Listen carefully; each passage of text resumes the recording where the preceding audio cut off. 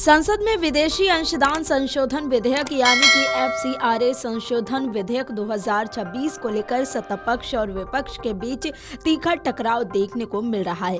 बुधवार को संसद के मकर द्वार पर विपक्षी सांसदों ने इस विधेयक के खिलाफ जोरदार प्रदर्शन किया। प्रदर्शन के दौरान विपक्षी नेताओं ने सरकार पर लोकतांत्रिक संस्थाओं को कमजोर करने का आरोप लगाया और विधेयक को तुरंत वापस लेने की मांग की। इसी मामले को लेकर सपा सांसद जियाउर रहमान बर्क ने केंद्रीय मंत्री किरेन रिजिजू के बयान पर कहा कि हमारी समझ में नहीं आ रहा है कि सरकार की कथनी और करनी में अंतर क्यों है। वो पेपर जो सूचीबद्ध किया जा रहा है वो संसद का ही है। बिल लाने का उनका मकसद था, लेकिन विपक्ष का विरोध प्रदर्शन देखने के बाद उन्होंने अपने पांव पीछे खींचे हैं। अगर ये NGO हट जाएं तो सरकार के लिए बहुत बड़ी परेशानी हो सकती है। ऐसे में आप इस तरह भेदभावपूर्ण रवैया नहीं अपना सकते।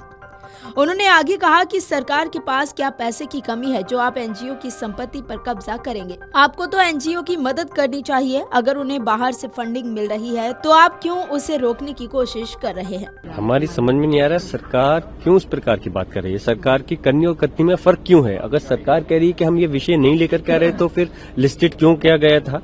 जब लिस्टेड किया गया है तो जाहिर सी बात हम तो यही समझेंगे वो पेपर जो लिस्टेड किया जा रहा है वो बाहर का पेपर नहीं, एक संसद का पेपर है, उसमें आप लिस्टेड कर रहे हो तो उस बिल लाने का आपका मकसद ही है। लेकिन हो सकता है कि जब विपक्ष का उन्होंने विरोध प्रदर्शन देखा कि विपक्ष बहुत इस पे विरोध कर रहा है तो हो सकता है इसलिए अपनी उन्होंने पांव पीछे खींची हो और हम मजबूती से इसका विरोध करेंगे, क्योंकि जो हमारे देश की संस्थाएं हैं, NGOs हैं, वो अपनी समाज की सेवा करते हुए जिस तरह से देश की तरक्की में अपना रोल अदा कर रही है, सरकार अकेले नहीं कर सकती।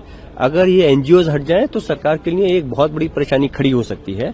उनके साथ आप इस प्रकार से भेदभाव का रवैया नहीं अपना सकते।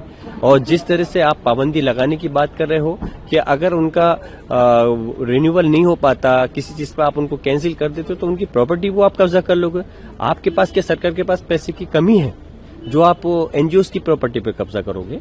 आपको तो उनको और प्रमोट करना चाहिए, उनकी मदद करना चाहिए। अगर आपको उनकी फंडिंग बाहर से मिल रही है तो क्यों आप उनके ऊपर डिमोरलाइज करने की बात कर रहे हो। और दूसरा मैं ये भी पूछना चाहता हूँ, जो प्रधानमंत्री राहत कोष प्राइम मिनिस्टर रिलीफ फंड के अंदर जो पैसा बाहर से आया है, क्या सरकार उसको भी पैसे को वापस करेगी।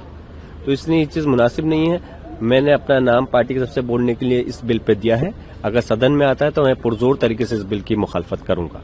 आपको बता दें कि FCRA 2026 को लेकर इस समय देश भर में राजनीति गरमाई हुई है। बुधवार को इस पर संसद में हंगामा भी देखने को मिला है।